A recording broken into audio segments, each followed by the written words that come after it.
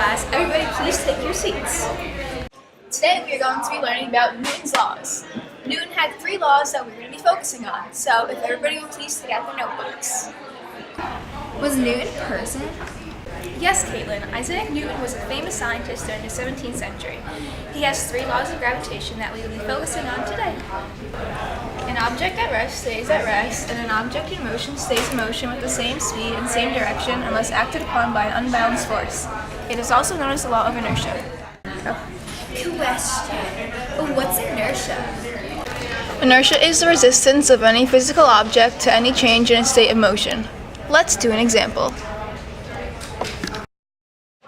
Let's pretend that I'm sitting here at my desk. For the entire period, I don't move. According to Newton's first law, since I am at rest, I remain at rest. I wasn't acted on by an unbalanced force either, so I stayed in the same position for the entire period. On the other hand, if I walk around this table for a long time, according to Newton's first law, an object in motion stays in motion unless acted upon by an outside force. Great! Let's move on to Newton's second law. This law states that force is directly proportional to the mass and acceleration of an object. We can use these equations too. Because the mass of the book is so great, it took a lot of force to throw it. Since the mass of the eraser is so light, it only took a little bit of force to throw it.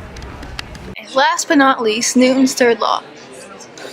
This law states that when one body exerts a force on a second body, the second body simultaneously exerts a force equal in magnitude and opposite in direction on the first body.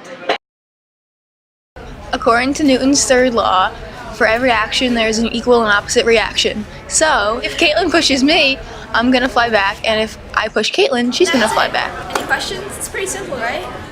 No? Class dismissed.